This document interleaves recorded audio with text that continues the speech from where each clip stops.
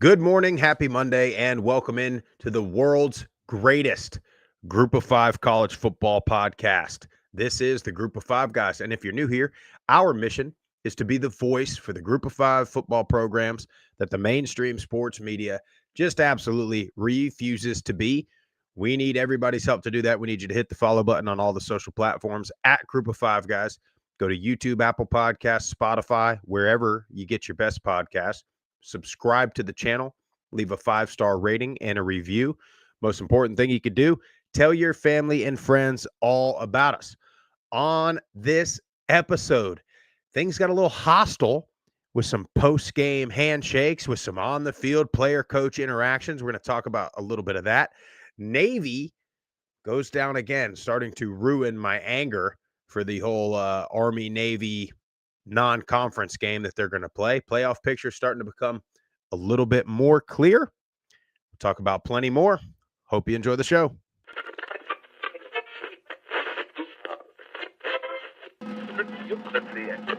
Have you had it from somebody born and raised in Lafayette, Louisiana, at a tailgate? Doubt it.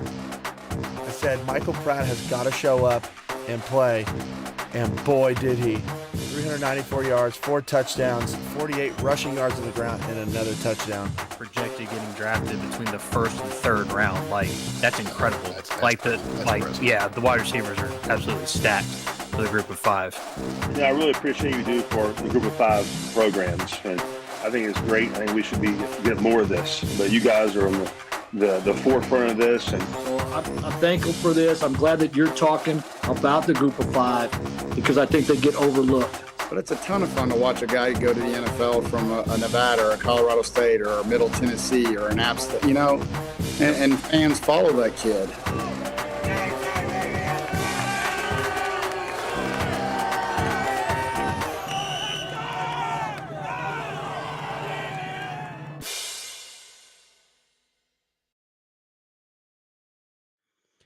This whole daylight savings business, Jeff, I don't know why no politician has decided to make this their thing. I mean, it's a really stupid idea. Yeah, it's idiotic. I hate it. It's dark at 5 o'clock now. It's dark at 5 o'clock. It's still dark at 7 a.m. I mean, it's not saving any daylight, which is what I thought the whole plan was. I'm a little confused on the whole ordeal, but I guess that's the way it goes. Well, and you think, you go to bed Saturday night and you're like, oh, hell yeah, extra hour of sleep. Body clock still wakes you up at the same exact moment, whether it's 4:30, 5:30, 3:30, whatever it is. Body clock still wakes you up. Kids still wake you up. Dogs still wake you up. Now it's just dark. That's it. That's the only thing. It's just dark. But I'll tell you what, Jeff, after having a, Friday night game, some Saturday games, had a yard sale Saturday morning over here at the Sprouse House. Oh man, big time. Nothing more I needed than a hot cup of Deca Gray, Group of Five guys, game day dark roast. Best coffee out there, out of this world coffee even. When you guys go there, support the people that are helping support us. Visit decagray.com. Use our promo code GOFG for 10% off and free shipping. This is roast to order coffee. Okay, so when you put in that promo code, you put in your card number and you click purchase, that's when the coffee gets roasted and put in the bag and shipped to your doorstep. And also, Jeff, I know you're going to tell them, K-Cup, reusable K-Cups. You got to go on Amazon or Walmart, I'm sure has it. Yeah, they're like $10 for a 12-pack, and you can put them, they're dishwasher safe. You can throw them in there. I know a couple people were like, oh, I wish they had K-Pods. They're reusable K-Cup pods. So you just fill them up, run it, dump it out, throw it in your dishwasher when you run it, and you're good to go. Yeah, it's good stuff. Now, Jeff, speaking of yard sales, it's not what it used to be. No. No. And then the problem is this is a generational thing that we have happening here because the garage sailors, right? People that are out there at 6:30 in the morning. Oh, they like live for these things. And first of all, here's my issue. Well, I guess the clock didn't even change yet, but it was dark outside when the thing started. So we get out there. I'm out there at 6, putting stuff in the driveway, hanging clothes, putting stuff on tables. We got all kinds of baby stuff, toddler stuff, trying to get some of Mike. I still got clothes that I've had probably since like freaking high school that are like 3XLs. And it's probably a little big for me. And then I got some stuff that I bought when I was trying to lose a little weight, a little XL, too small. So we're selling some stuff, but like the older generation that comes to the yard sale, like they're still thinking that the economy is what it was when they were yard selling. So they're like offering up a quarter, 50 cents, a dollar for stuff that's like $100, like 100 bucks new. Like you're trying to sell it for like 40, 30, like still got the box and like, no, would you do $1 for this? No. Yeah. I wouldn't do $1 for this. But then on the other hand, see, the problem is this is why I tried to get out there and help manage this situation, because then on the other hand, you got stuff that has been sitting in our attic or our garage for like years. And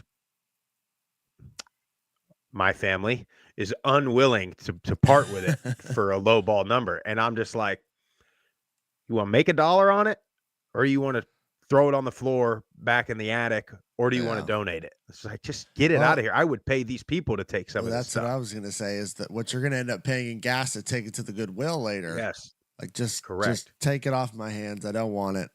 Let's be done with it. That's correct. But we did all right, Jeff. We made some coin out there at the old neighborhood yard sale. I tell you, man, it was a long weekend. A lot happened this weekend. It was your birthday yesterday, Jeff. Happy birthday, my friend. Appreciate it, Sprouse. Yeah, big weekend. Went to Nashville Friday night. Went to dinner. Had a good time. Honky-tonking around a little bit. I tell you what, there is so many people in Nashville downtown. It's ridiculous. I don't know how they manage it all. It's absolutely wild. And you got musicians playing on every corner. What if there was a university nearby that had like a big music program that could maybe like play into that somehow and get people to want to go there, maybe utilize it as entertainment at halftime between quarters and stuff? I mean, that'd be something. I'm with you. And I will give them credit. Well, here's the deal. The last home game we had, they had a band stage set up underneath the stadium, or underneath the scoreboard, the new video board, and they'd play in the timeouts and they'd play at halftime.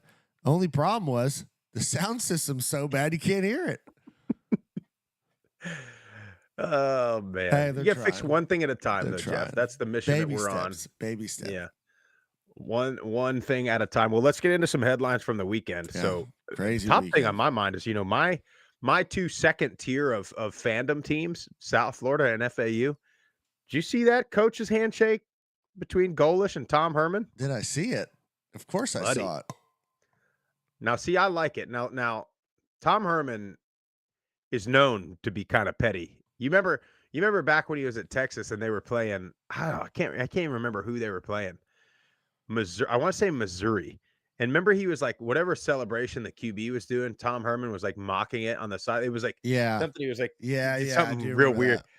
Yeah. So Tom Herman, like, let's not pretend this guy's not taunting often as a head coach. And then last year they run an onside kick. They're up big late. I mean, and they run it up on South Florida.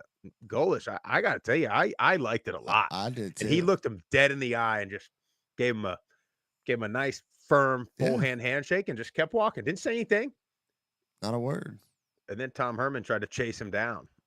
But look, if you're going to do things like that, now if you're Golish and you're going to do like that, just be prepared for the next time FAU's able to get a win. Those are the things you got to think about when you're doing stuff like that. But anyway, the other thing is Monroe. Jeez, you see that? O-line coach? I mean, he lost it, didn't he? It's embarrassing. It is like truly embarrassing. It is, man. And then like I'm all for like I always see videos of a coach like, dog cussing a high school team and all these Twitter warriors are like, oh, I would yank my kid right out. And I'm not on that side of it either. But at the same time, man, like you're grown, dude. Control your emotions. It's funny, and I'm not gonna get into like pretend I'm some guru or whatever. But I always find it so funny because like, the parents that just like absolutely lose it when their kid has a tantrum in public or something like that. And it's like, but you're the grown up having a tantrum. Exactly. Where do you think the kid got it from? Like, look at how you react when things it's like, It's just wild to me, man. But that's all I was sitting there thinking about. I was like, oh my God, I hope you don't have kids. I'm sure he gets real pissed when his kids freak out because they don't want to eat the chicken nuggets or whatever the hell they're, you know what I mean? It's just, Yeah, it's just a bad look. You just can't come like storming off the sidelines as the player's coming off, get in his face, shove the kid. Like that doesn't do anything to make the player understand what you're trying to do, yeah. what you want him to do. And here's the thing is we've built our tree of coaches and assistant coaches and position coaches. Was talking to somebody who knows this particular coach relatively well, was on the staff with him one time, and this is apparently something that's pretty common. This this is the guy. norm, huh? Well, Yeah. you know Basically, what you notice? Basically saying that this is how he is. He's kind of a hothead, and now this is just possibly the first time it's just been caught on camera. Yeah, well, because Monroe's been winning, so now Yeah. eyes are on you. But it's funny. You could kind of tell how the other teammates, the non-offense, the guys that were not coached, not in his position group, Yeah. how they kind of reacted. They kind of got in front of him and were like, you could just tell, like, Yeah. chill out. And now, see, this is how I look at that now is I know he apologized and the player put a thing on Twitter yesterday and blah, blah, blah. But it's like, well, now how do you go coach? Because now when it is time to yell or raise your voice or, challenge a player, you've lost your credibility. Yeah. So I didn't care for that. I like the Golish Herman thing. That's two coaches, two grown men, like just and the phrase was standing on business kind of thing. Looked like that's all that was, and they'll move on and no problem. And to be honest, for both of them, like for Golish especially, like I'm sure his players love that. Now on this other side though, with Monroe, it's kind of like, man, again, how do you now hold your players accountable when you're watching film? Or now what happens when your player gets an unsportsmanlike conduct for losing, not being able to control his emotions? It's like, well, look, you're their coach. You're their dad, Yep. like, so I don't know. Didn't like that one bit. Also kind of the next news, Navy goes down again. Now, what did they have? Like a 6-hour delay. Yeah, it was so long. It was like for that was the Navy. entire day. I had no idea there was weather out there because I think there was another couple games out in Texas that got delayed, but kind of, you don't want to blame the delay because they both had to deal with it. But Navy kind of losing their steam a little bit. Yeah, well, we talk about it, right? Turnovers. Horvath had two interceptions. So you give extra possessions in a game where you run the clock. The clock is consistently running. So, you don't take advantage of those. Rice scores. Shout out Dean Connors, had over 100 yards and 2 touchdowns on the ground. I mean, that's your game. Like Navy, the academy schools cannot turn the ball over. Now, if you have a good enough defense to stop the opposing offense and get the ball back, okay. But you just can't turn the ball over because it goes quick. And once you get down, you can't climb back out of it. You don't have that style of offense. Yeah. Now look, in the American Navy, still that game really didn't do anything because they still play Tulane and have a chance to get the head-to-head. And now that Memphis lost another one, it's pretty much Army, Navy, Tulane at this point, barring one of them going on some 3-game losing streak. Now, however, what I will say, and I tweeted this about Army, but you look at Navy now, my mind goes right back to Air Force last year, 8-0, top 25 team, New Year's 6 contender, looking like the team to beat in the group of 5. And then they lose to Army, and then they don't win another game until the bowl game. Now, they had the quarterback injury, so it's just one of those deals where you think a lot of people sat there and said, well, they've said, but well, neither of them have really played anybody. And so now you're kind of getting to see, well, was that the reason, or, I don't know. And then speaking of Army, well, that's what I was going to ask, Browse. Undisclosed I don't like this one bit, injury / illness. Which one is it? Is it an injury? Is it an illness? Well, my real thoughts. You have a theory. I have a theory. Well, first, can I say this? He didn't practice all week, and it was never reported. And whatever, none of my business. But when you want to advertise gambling at every commercial break, and you want to put signs and posters up in every stadium across the country, and you want to make this thing mainstream, and the main network for college sports, for all sports, has their own sports book and wants to promote it every step of the way. Injury reports, you have to do them because it's essentially like, I mean, you have like insider trading going on here. If if you know that some CEO is about to step down for some company and nobody else knows, you can't trade that stock. And so if you're Army, like you have to, I mean, I don't know the way to do it other than saying, I don't know how you find the university or something, but my theory, Jeff, is you have to look at other factors when you're talking about a military academy. Kind of a undisclosed illness, okay? / injury. That's what throws me off. / injury. So basically, you don't know. So basically, there's no reason physically. This is my theory. This is 100% speculation. I have no idea. I don't know a single soul in the locker room at Army. But what I do know is they have certain standards academically, militarily, all the other athletically, obviously, that if you don't uphold, this ain't the SEC where you can get a DUI manslaughter and play the next day. This is Army. You can't, cheat on a pop quiz and play. You getting kicked out of school, you do something like that. So my theory, Jeff, is we have to be on the lookout for this. We got to dig. I don't want to speculate. Bryson Daly seems like a heck of a guy. He was like tweeting during the game. Also interesting. But because that means he wasn't on the sideline, correct? I see, and I don't know, and that's sort of where I was thinking, and I wasn't paying as much attention to that game as I should have been. It was on, and I should have watched it. I need to go back and look at the sideline. That was my thought, and if anybody in the chat knows if he was on the sideline or not, is you got to look out. Is this a look, if you're academically ineligible there, they don't care. Okay. They are training up officers of the United States Army. They're not worried about this. As good as you may be, as magical as your season is, I'm here to tell you right now, we don't care. And so that's, do you think it's disciplinary action? It could be disciplinary action. There's a number of things that you could, and it's very hard to understand. And I don't want to speak for West Point, but I can sort of speak for like Air Force Academy. And he's a junior, right? Or senior? Look at He's not a freshman. There's more rules for freshmen, but like, there's a lot of things, man. If he failed a test, if he, missed out on the march to lunch one day or something.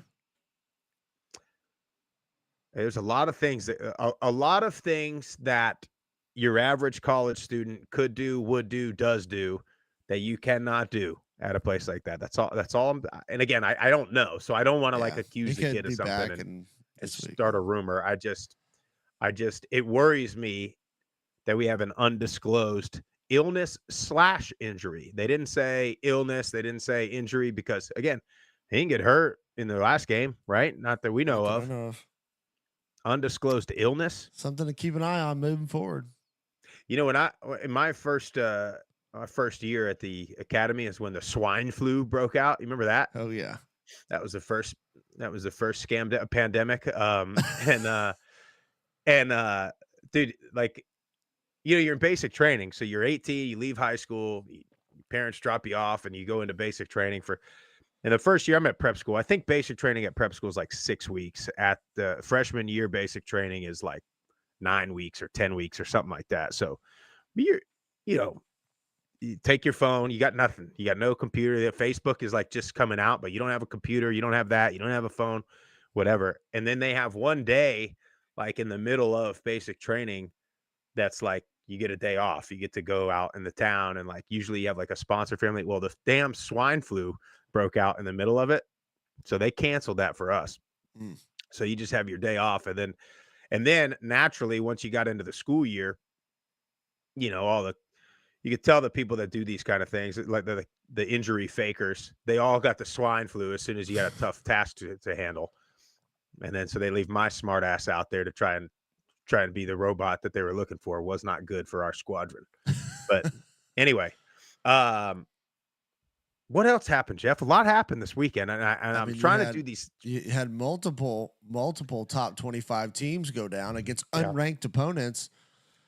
And Tuesday, the first college football playoff, I guess, ranking, I guess you can call it, will come out. So you have election day on Tuesday.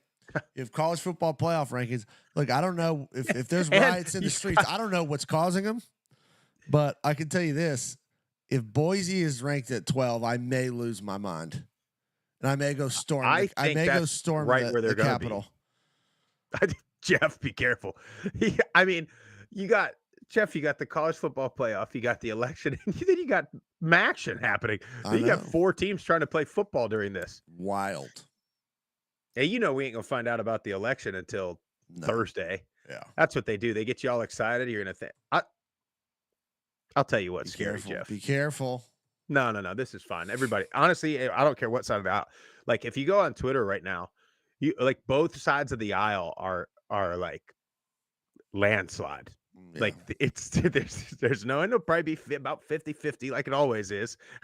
But man, I don't know. Well, the AP poll did come out yesterday, and they have Boise at 12. They have Army at 18, and that's it. How is Tulane, UNLV, Louisiana not ranked?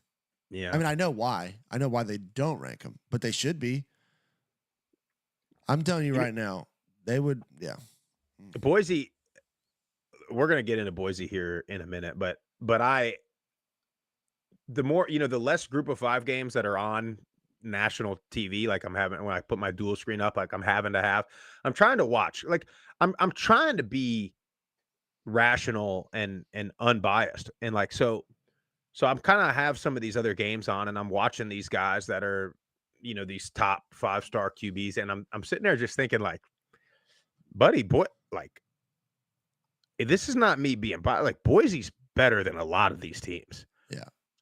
And now what we've seen is they're so balanced. You can't. Now what's happened is everybody sold out for the run the last 2 weeks, and Madsen's diced them up. Madsen played phenomenal Friday night. Phenomenal. I'm so happy for him because you had the controversy at the beginning of the season.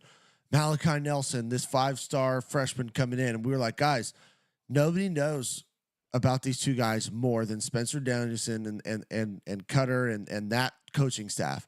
You got to trust what they're doing and why they're putting Madsen out there. And now you're starting to see, we talked about it. How do you beat Boise? Load the box, make Madsen beat you. Well, if you can't do that, buddy, you're not going to stop this offense then, because Madsen's answered the bell. Now, it doesn't mean he might have a mistake here or there down the road, but he has been able to throw great footballs on time and great spots. And then you just have the balance between him and Genty. Boy, they look good. They do look good. It reminds me of when Cincinnati made the playoff, and that's what we said Cincinnati had to do to have a chance against Alabama, was they have to sell out for the run and let your freaking All-American corner and your 2 NFL corners play man-to-man and see what they can do. And they never really did that, if you remember. And Bama just kind of carved them. No big plays, really just kind of carved them 5-6 yards at a time. And they just, that was, I know everybody says it was a blowout. It wasn't. It was about the same as all the other freaking playoff games. But I'm not going to sit up here and say that Bama didn't physically dominate them in that game. But again, they didn't make adjustments. And I always felt like Cincinnati played in a way to, let's not get blown out. It's kind of how I felt they played that game. But anyway, I mean, you had Clemson go down. You had Iowa State go down. You had Pitt go down. You had Texas A&M go down. You had Penn State. They're not going to hardly move. Would they move down 2 spots? I think so. They flip flop them.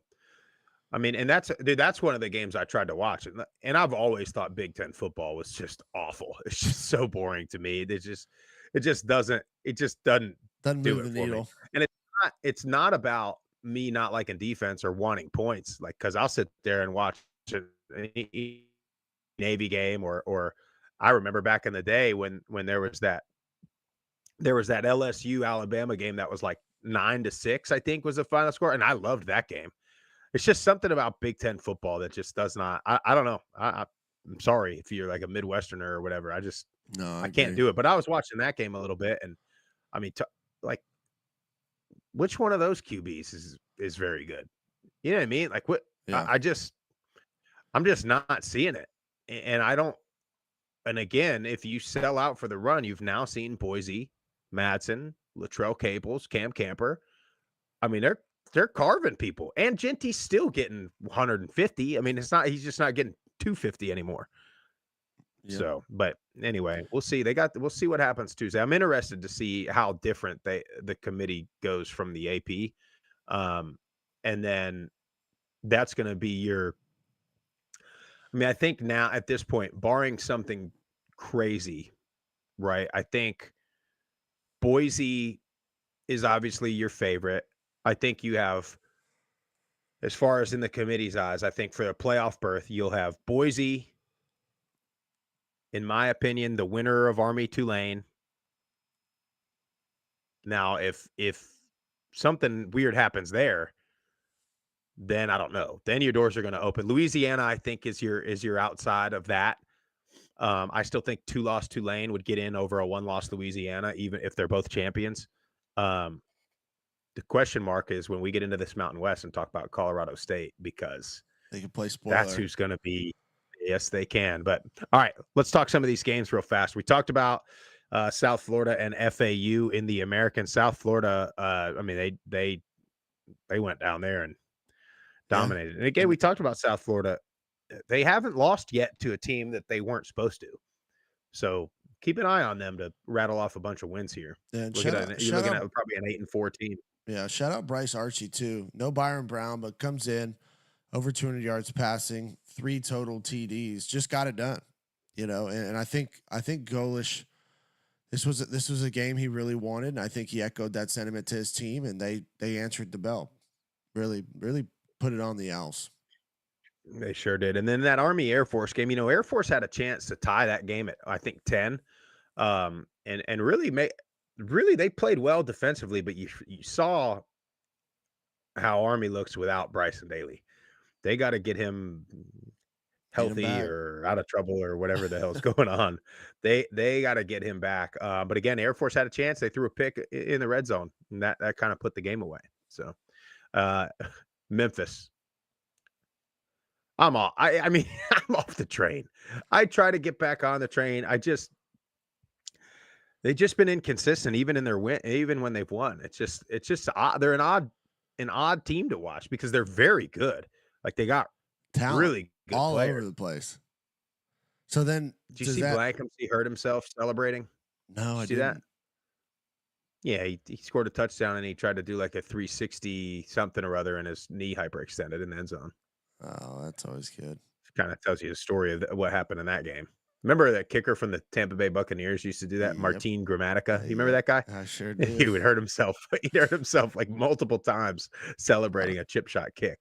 Twists and turns on that 360 spin, but UTSA turned it over twice, and that was really the story of the game. And shout out Owen McCown, gets 280 yards, 4 touchdowns, finally able to put a great game and score some points. But yeah, Memphis just they've looked they've underachieved all year. They hadn't looked the part in the last couple years. Yeah, I mean, I don't know. And is that do you ask? I saw some rumblings on Twitter. Kind of talking about Silverfield. They've seen enough of a sample size and they haven't been able to get it done. They get the FedEx millions of dollars in NIL. I know that was just this year, but I don't know. They should have been one of the favorites to be the playoff rep. And from the start of the season, we were like, yeah, they're winning games, but they're not doing it in convincing fashion. They leave too much to be desired, especially with all the returners they had at receiver. You have Hennigan, transfers coming in, and they just haven't been able to put it together. To me, that seems to be a coaching thing.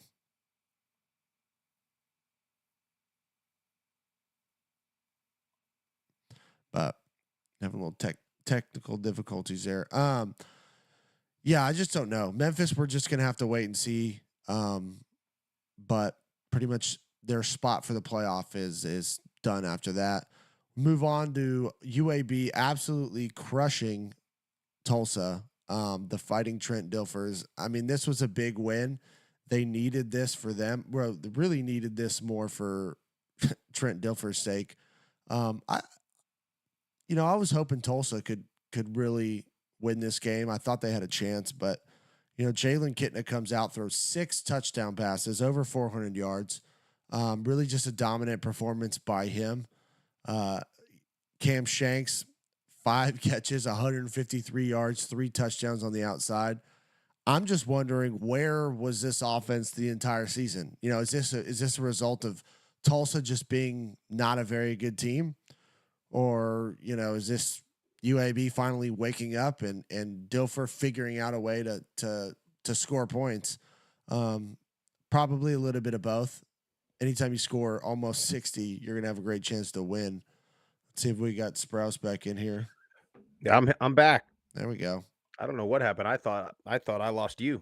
I was still standing here looking at the screen. I started talking, and then yeah, it's weird. I could hear you, but your thing went out. I don't know. Having all types of tech problems. But already went over UAB Tulsa. Jalen Kitna with a huge performance.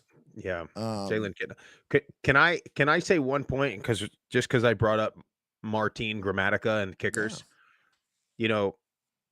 Mel Kiper and these guys, they want to ban cover 2 in the NFL. I'll tell you what we need to ban is the prevent defense, because you got kickers making 60+ yard field goals now in the NFL. And we got defenses that are just giving them 15, 20 yards at a time. I don't understand it. Now, the Dolphins got jobbed yesterday, by the way, on a unnecessary roughness call. The Bills game-winning drive, they did like nothing offensively, but the Dolphins gave them defensive offsides and a roughing the passer or whatever it was, and then Tyler Bass drills a 61-yard game-winning field goal. Jeez. But anyway, I can't. The prevent defense drives me nuts. We talked about Navy and Rice already. Can we talk about the Blue Raiders, Jeff? We're back. We're back. We are so back. I mean, unbelievable defensive performance from the Raiders. On a serious note, though, horrendous time management by UTEP on that last drive of the game. I mean, there was like a minute 42 left, I think. They had 2 timeouts, and they didn't use any of them until 12 seconds left. Yeah, it was weird. They didn't use them before the 2-minute timeout. And I was like, your thought process is you either try and save as much on the front side of that 2-minute timeout, or you save them for after. And it seemed like they saved them for after, but then they didn't use them, because they could have stopped the clock on Middle's offensive drive before that and still would have had the 2-minute timeout plus 2 minutes. I don't know. Yeah. It wasn't good. Wasn't good. Yeah, I was management. And obviously I was happy about it, but I was sitting there like, why are they not taking this timeout? They didn't get they didn't get a first down. They didn't take the timeout. But shout out to Middle, man. Yeah, shout out to Coach big Mason performance and them for guys. Miles Butler. Over 100 yards and a touchdown. Yep. Last couple Saturday Maction games for the year, Buffalo goes. You just can't. Did I not say that though? I said that. I said, it's about to get more weird. They're about to start playing on Tuesdays. It's about to get even more unpredictable. But 41 points for Buffalo.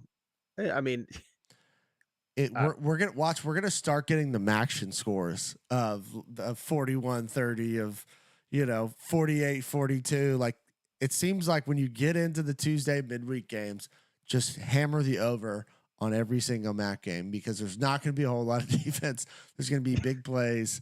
But the crazy thing about this is Akron honestly probably should have won this game. Yeah. 4 turnovers, because their quarterback Ben Finley had 350 yards passing and 4 touchdowns and still lost. Can't turn it over. There was a few games like that this weekend that sort of bucked the trend of turnovers and special teams, and the team that should have lost end up winning the game. And then you talk about that Toledo Eastern Michigan game.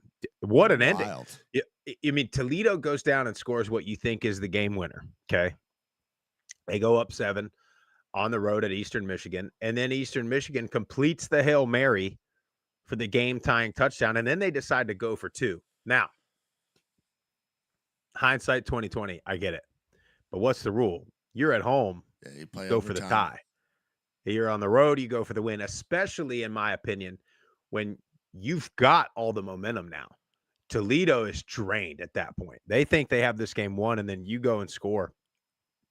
It's going to be tough for that defense to come back out and make a play.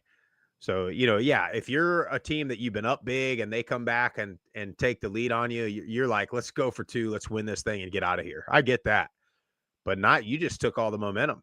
So I didn't like that. So Toledo gets that 1-point win and keeps themselves in the mix in the MAC. But we're going to find out a lot come Tuesday. So Avery Smith with a huge pass breakup on that 2-point conversion, because that was going to be a catch, and he just kept fighting and ripped through the hands, knocked the ball out, and they get the win. Sort of reminded me of another great corner out of Toledo that we got to see last year. Big time play to win a game like that. Going over to the Mountain West, San Diego State and Boise State. We talked about Boise already.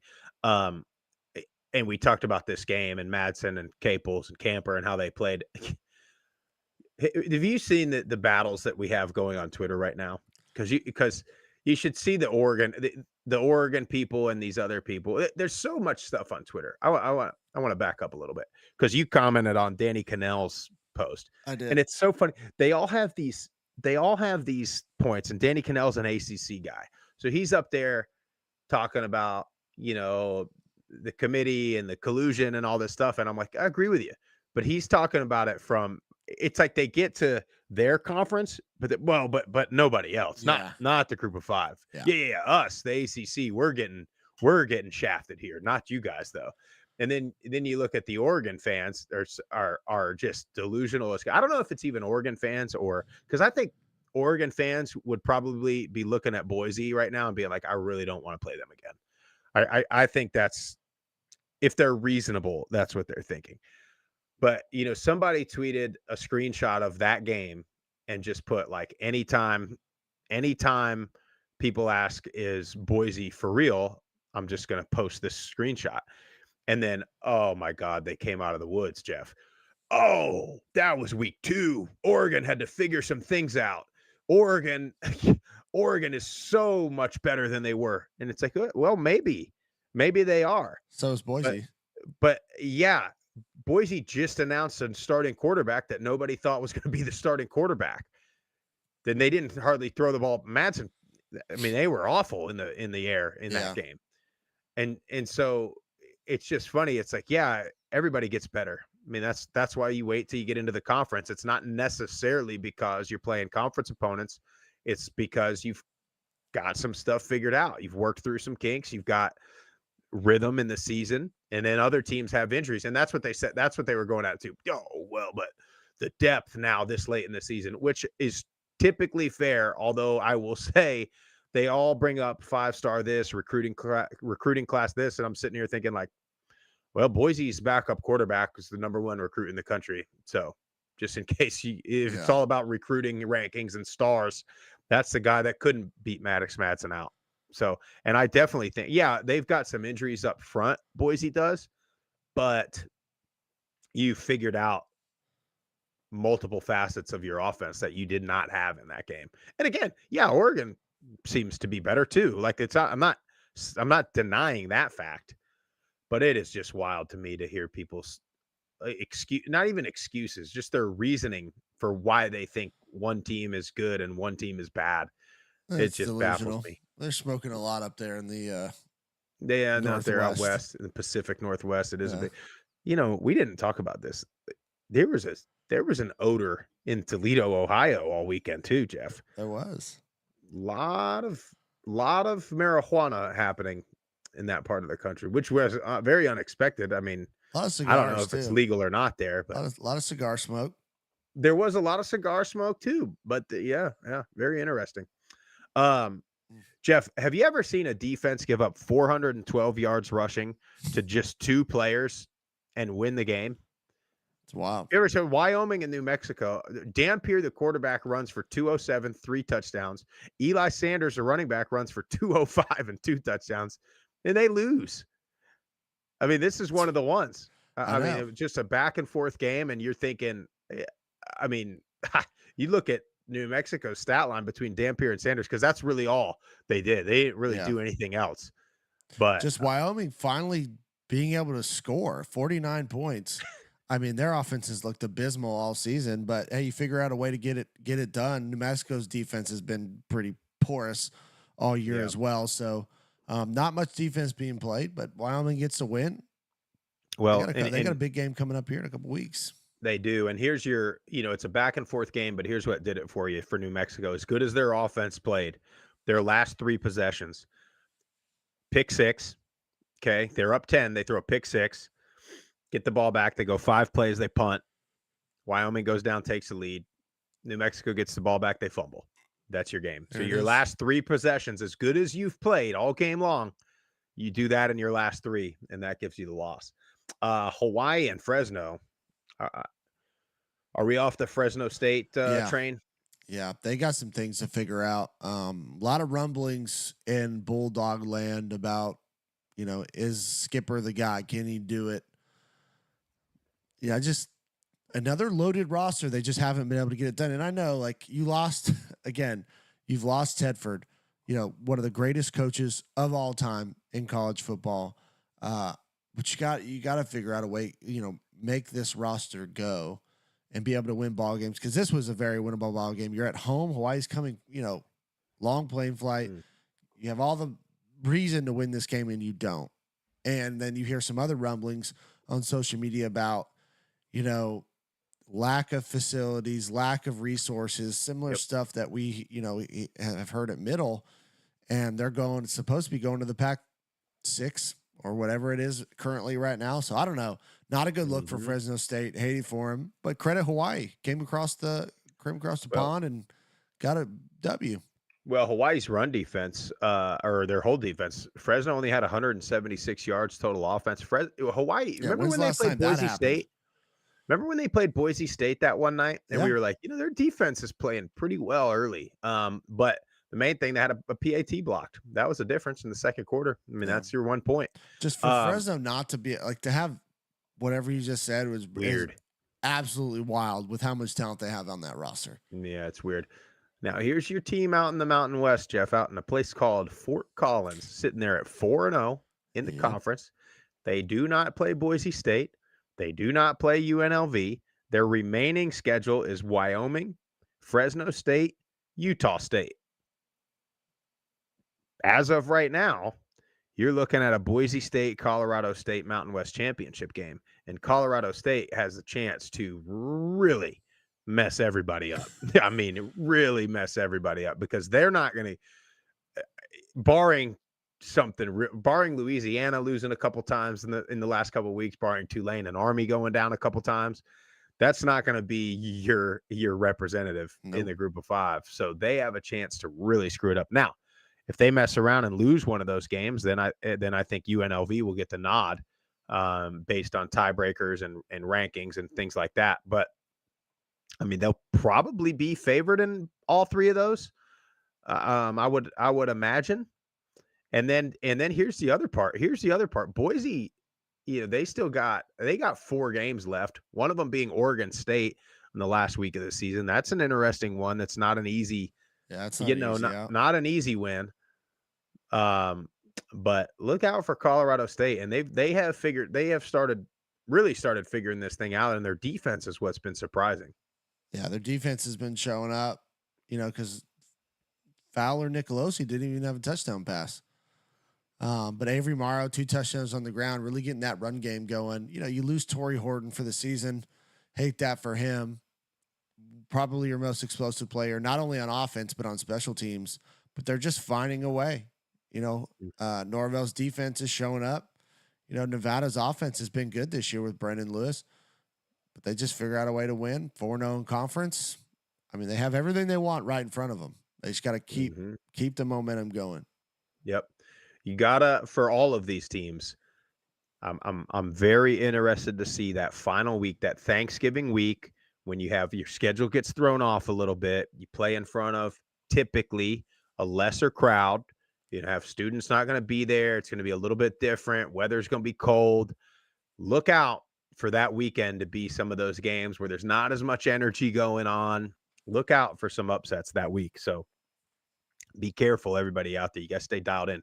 Sunbelt Conference, I tell you, UConn, they're unbelievable at home. Yeah, I think what are they 6-0 at home now? I think so. I think they're 6-3 overall. I mean, that's a pretty good ball club, Jeff. Love Jim Mora. Yeah, and Georgia State just couldn't hang. They kept it relatively tight. And Jeff, here we go. Appalachian State. What did I tell you about 2 weeks ago? I said there's this weird scenario because App State still plays all of the top teams in the Sun Belt. They beat Old Dominion. I mean, the problem App State has is, number one, they still play all the tough. They still have all the good teams, and they also need help now. But I just want to talk about this game. They didn't have all season long. It was the 2-play drives, 2 plays, 75-yard touchdown. Those were the drives that was just killing their defense, and they didn't allow that this week. And here you go. They end up winning 28-20 over Old Dominion and putting themselves, they're sort of standing outside the gate right now, kind of peeking in. They're seeing what's going on over there in the Sun Belt East. Old Dominion now gets themselves another loss. And so Georgia Southern sitting there looking pretty, and Georgia Southern's got the easiest path left. They don't have outside of App State, but see, they would have to lose that game and another one to not get in. That's just wild. I think. Well, Marshall still has 1 or 2 tough games too. I gotta pull up their schedule, because right now Georgia Southern just has the 1 loss. Correct. Marshall's got 1 loss also, but it's head-to-head to Georgia Southern. Let's see here. Yeah, Marshall's got the loss to Georgia Southern. 1 loss. And Georgia Southern lost to who the hell Old Dominion, right? Yep. But now Old Dominion has a 2nd loss. Yep. So they're drop 1 down. Right. James Madison has 2 losses. Yep. App State has 3 losses, but they still played James Madison. Georgia Southern just beat Old Dominion, and now Coastal lost again. So Coastal's now got 3 losses? Yes, they're 1-3 in conference. They're 1-3. Okay. You got Georgia Southern at 4-1, Marshall at 3-1, ODU at 3-2, James Madison at 2-2, App State at 2-3, and the Chants in the East and the Panthers. It's still wide the hell open. Yes, it is. Yes, it is. Now, but again, Georgia Southern and Marshall. Yeah, Georgia Southern controls their own destiny. They win out, they're in. Marshall's got to win out and hope Georgia Southern loses a game, but Marshall still has some tough games. I can't remember who they've got left. I think they still got James Madison. They have Southern Miss, Coastal, ODU, and James Madison to finish it off. And there's that ODU and James Madison are on the road. There's that game, right? Last week of the season, Marshall at James Madison, going to be cold, Thanksgiving, travel plans are different. You're talking to your family, this and that. Which of those teams? I mean, that game has the potential to be a Sun Belt East championship game. And then out west, now Monroe's lost 2 in a row. Oh, man. What do you got? It's wild, Jeff. You can't. If App wins out, yes, I'm telling you, they have a shot, because they'll have the head-to-head over ODU. Over all of them. Well, yeah, over all of them. And then, but that would make Georgia Southern, who's the favorite right now, have enough losses. They'll have to lose an additional but they time. have to lose to somebody else. So Georgia Southern's got to lose. But we act like that's out of the realm of possibilities. Well, if you talk to the Georgia Southern fan base, I mean, Georgia Southern goes, it used to go game to game, fire Helton, or we love Georgia Southern, GATA, get after that ass, whatever, the whole deal. Now it's like quarter to quarter. I mean, because they were getting smoked by South. Yeah. Georgia Southern's got 3 games left. Yeah, they should win all of them. They'll be favored in all of them. I don't know. This Outside of- Troy team is slowly getting better, slowly climbing. Well, I've been up, saying that Strauss. for a couple of weeks, Jeff. They're getting closer and closer. And I remember saying last week, I said, I don't think they'll get Coastal, but they're getting closer and closer and closer, and they're going to get somebody. They did get Coastal. They may get Georgia Southern. Well, you have 2 running backs go over 100. Taylor with 190, Green 123. Look at Troy. But that I want to go back, that Marshall Monroe game. I mean, that was like old school Sunbelt, huh? Only 32 passes thrown between the two teams. Marshall threw it 19 times. Monroe threw it 13 times. That's the kind of game I'm talking about. But, man, App needs Georgia Southern to lose a game, and then they need to beat Georgia Southern. Georgia Southern, all they got to do is win. Marshall needs to win out. See, Marshall, what they need to hope for is Georgia Southern doesn't or only loses one. Like they only lose one, and then Marshall gets in with just the one loss. James Madison they got to hope for Georgia Southern.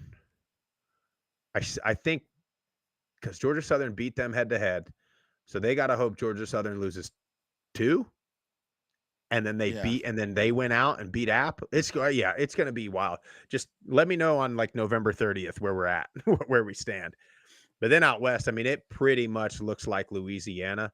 That they play Arkansas State this week in Lafayette, which is if they win this, they pretty much got. Yeah, if Louisiana wins that, they put themselves well ahead of the rest. But if they lose it, it opens things wide open again because then you have a head-to-head loss. You both have one loss. You got to hope they lose again. And then it's just getting wild, man. It is getting wild. But anyway, let's make an attempt at predicting these Tuesday night games, and then we'll get to some voicemails, and then we'll call it. Jeff, how's that sound? That sounds great. In my opinion, these are the 2 best teams in the MAC, at least the way they're playing right now, and that's Bowling Green and Miami. They're both on the road, both 2-score favorites. Bowling Green 11.5 at Central Michigan. Central Michigan has fallen off big time in the last couple of weeks, and man, I can't get over. It's funny when you see a team play in person, you really get a gauge on how you think they really are, and I think Bowling Green is really good. I mean, they looked the part. We talked about it last week. They looked the part. They got skill guys. Of course, Harold Fannin, Tyrion Stewart looks like a damn carved out of a mountain. I mean, they got their offensive line looks like a freaking Big Ten offensive line. I mean, they are very good. I think they're going to win. And 11.5, no idea. Do not listen. They're going to tell you to. Okay, they're going to make betting a big thing on these Tuesday night action is like for the degenerate gamblers. Don't do it. It is unpredictable. You cannot. There is no rhyme or reason for what is going to occur tomorrow night. Kind of like there's no rhyme or reason for what's going to happen in the election. I mean, they already know who won, right? We don't. It's like wrestling. And that's why I'm taking Bowling Green to cover 11.5, and I'm taking Miami to cover 12. If these offenses can do what they've done the last couple of weeks, they're going to cover it easy. And I just think that they're going to do it.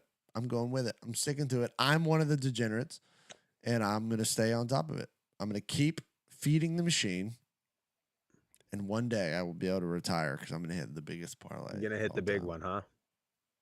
Yeah, thanks a lot, UTSA, for blowing that one for us last week, huh? That one hurt. That was bad. That's the one where you start selling. That's when you start spending your money already. I know. It was that bad. I was already putting in other bets to just keep it rolling. Yeah, dude. Jeez. All right. Well, let's see what kind of voicemails we got because we had a wild weekend. So we got a ton of voicemails. We're going to try and get to as many as we can right now. And if we don't, promise we'll get them on Wednesday. On Wednesday, if we still have internet and electricity and the grid doesn't crash, we probably won't know anything. I'm telling you, you won't know the official election results until Saturday because at that point you're over it. The emotions are done. And now it's college football day and nobody cares anymore. I don't know. But anyway, let's, you guys call that hotline 615-900-4286. Hottest takes, trash talk, raw emotion post-game. By the way, we need to think of a name for our frequent callers. I saw some people on the Twitter. I suggested it. Somebody said groupies, which I do like that. It's a little pun, except for groupie, kind of a negative kind of, negative thing. So we'll find something. We'll find some good something term. creative. It's got to be. We got to have a name for our frequent callers and all you folks in the chat right now. You guys are the ones that are the most engaged. But Jeff, let's see what we got.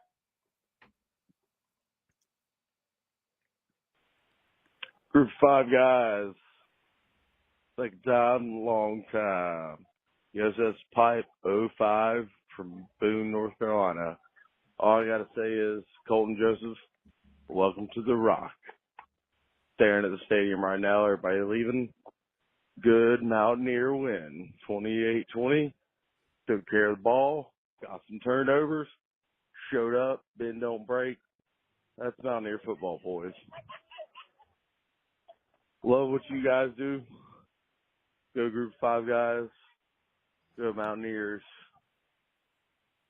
Go Sunbelt Conference. Let's go. Wide open in the East. Yes, it is. All they got to do is take care of what is right in front of them, and who knows how it's going to shake out.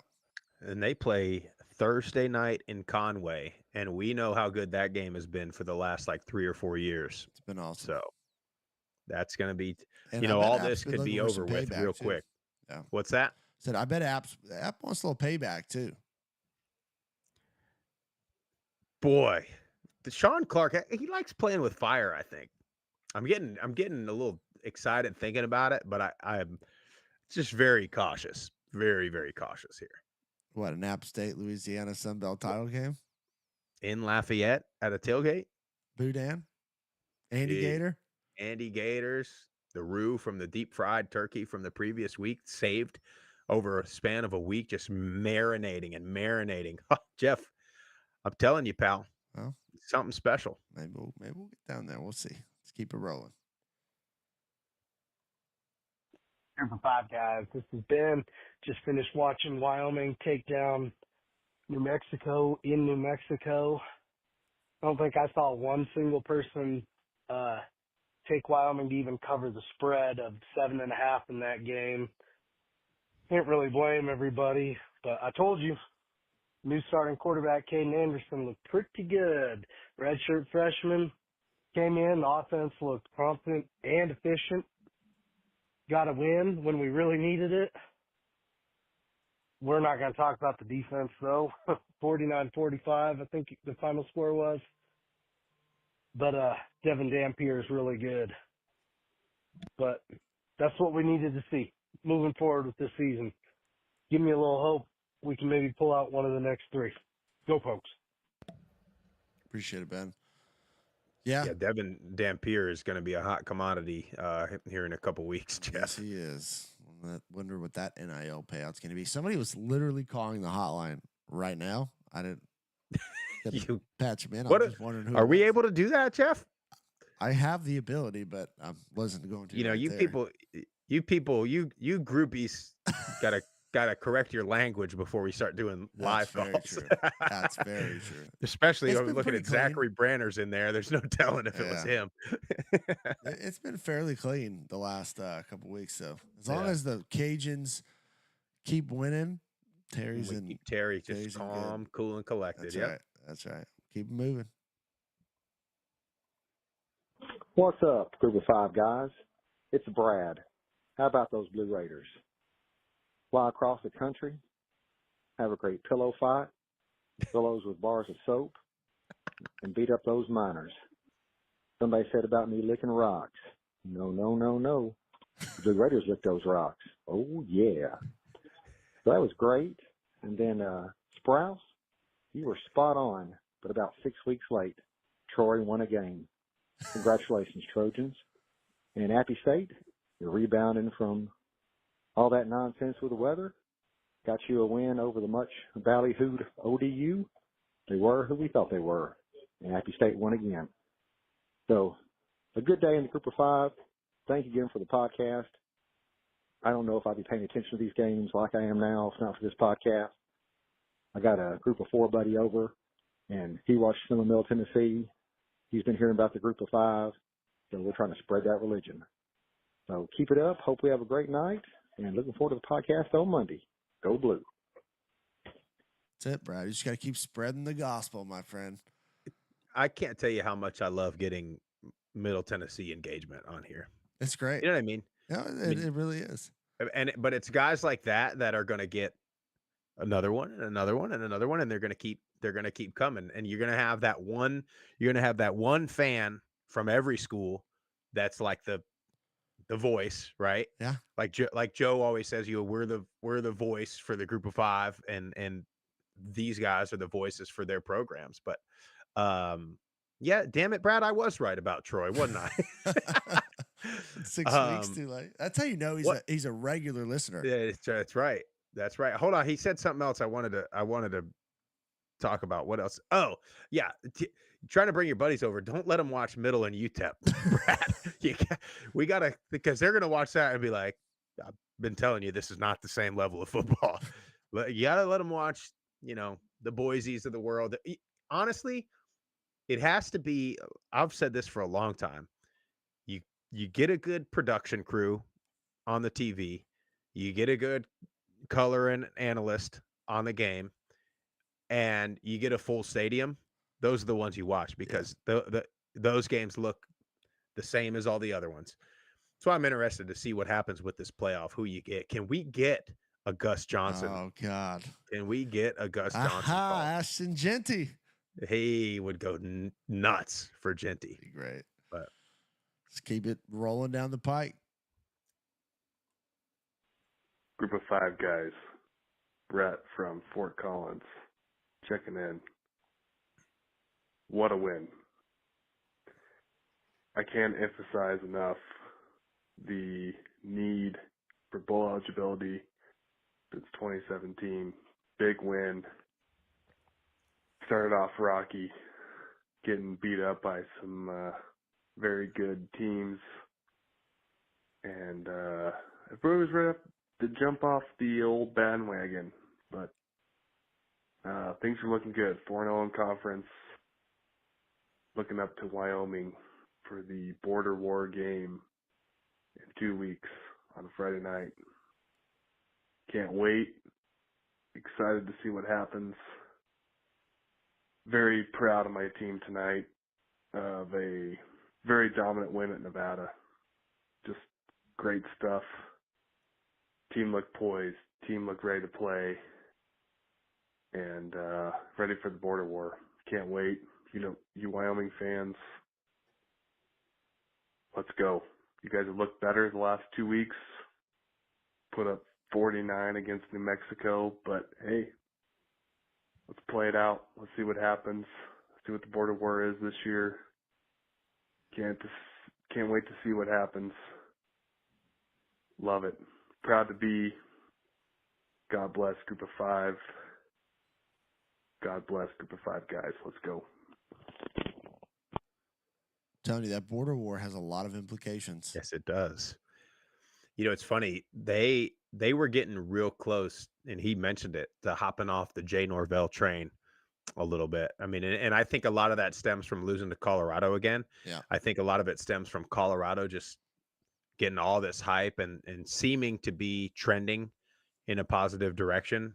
And we talked about it last year. Last year we talked about it before the game. I think we talked about it before the season when we had Coach Mummy on, was can Colorado State just kind of hop on the hype train of Colorado and beat them? Number one would have been special, but also help bring recruits to the state of Colorado that wouldn't normally. These kids from Texas, these kids from the Southeast, that Dion will be able to get. I mean, let's face it, he'll be able to get some of these guys. And I think people were starting to lose confidence in Jay Norvell and that staff, but boy, have they turned it around. And again, that fans, if they lose next week, they'll be right back off the train. So yeah, they got to keep winning. If they find themselves playing, I don't think anybody would expect them to beat a Boise State in the championship game. But if they get there, boy, that's a win for that season. It's a huge, huge accomplishment. Sorry, Murph. I know this goes, you get your own notification to your phone when I call in here, but this is Dan Rocketman Savage, and boy, am I happy to be bowl eligible. We just took our little 45-minute trek up US 23 to Ypsilanti, and we just witnessed grasping victory from the jaws of defeat. I would say anything can damn near happen in this conference in the MAC. But we've got Central Michigan, Ohio, and then Akron. If any team in the MAC, you were going to have some kind of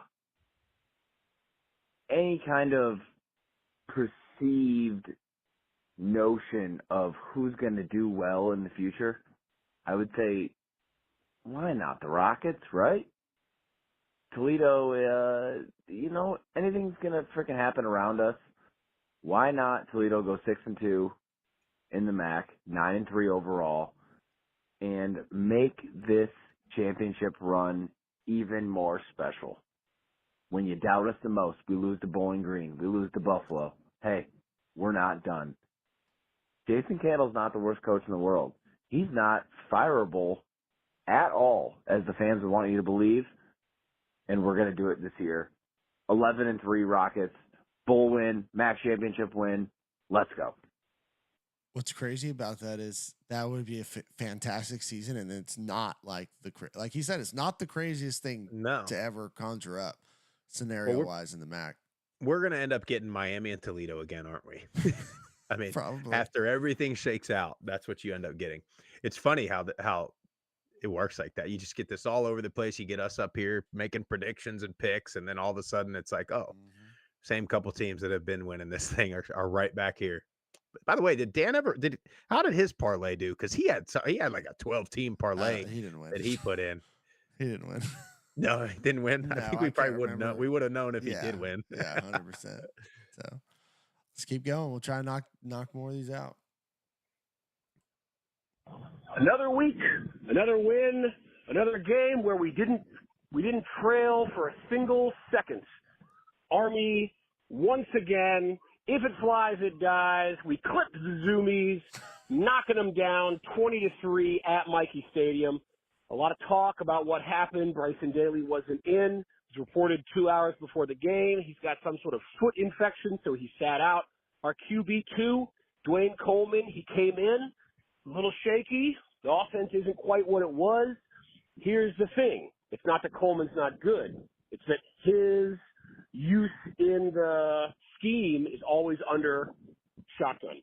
So we spent the game in shotgun, which isn't really our style. So as a result, the offense had a little fits and some spurts. My man Kanye Udo, he stepped up, right? 158 yards, 2 TDs. And look, it's a rivalry game. Army, Air Force, Navy, these games are always coin flips. Look at last year. Undefeated Air Force, they come in and Army smokes them 23-3. So, look, we got the W. That's all that matters. We just got to get ready. We got a big test coming up next week. North Texas, they have an unstoppable offense with Sheffield and Morris. Thankfully, they don't appear to know what defense is. So that bodes well for us. We're going to see how it goes. But we're 8-0. These are the good old days. Everybody, this is it. We're doing it this year, baby. Go Army. Air Force beaten. Yo, Sidelines Army again. Sorry, I forgot to mention, too, I just want to throw a shout-out, everybody. Let's get some prayers and good vibrations for Pete Medhurst. He calls the games for our foes in the field of friendly strife over there in Annapolis. He's called every Navy game since like 97 or something like that. He had surgery this weekend for a brain tumor, and as of now is reported to be doing well, but let's just keep him in our thoughts and prayers. We all have fun rooting for our teams and fighting against the enemy there on the gridiron, but let's remember what's really important, and let's all say one for Pete and the Medhurst family. Thank you much. Go Army. Definitely thoughts and prayers with him. And foot infection. Well, that clears it up for me a little bit, if that's really what it is. Foot infection. What it's like, what I'm thinking of? I'm thinking of huh? So when you have wet boots and socks for too long in a drill? That's what I went right to. What is that called? I can't remember. I don't even know. You get the frostbitten toes and feet. Back in the day, those guys are having to amputate their feet. Could be, dude. They might have had him doing some. Listen, that guy's Captain America. He might have been doing some wild, special forces training. They probably dumped his ass on a mountain somewhere and were like, hey, here's a box of matches. Come back in 3 days and play Air Force. You never know. They need him back. They're going to need him from North Texas. Speaking of thoughts and prayers, I meant to bring this up at the top of the show, but the Toledo linebacker, Jeremiah Peters, I believe is his name. That stuff, man, is the scariest stuff because injuries happen in football, right? Concussions happen in football. Bad injuries, but you got a guy that's just kind of standing on the sideline. I don't know if anybody was watching or saw that, but they had a 30-minute delay, had to bring the ambulance out on the field. He was upright and seemed like he was aware and alert and stuff like that. But Jeremiah Peters, he just collapsed middle of the game, not during, not in a play.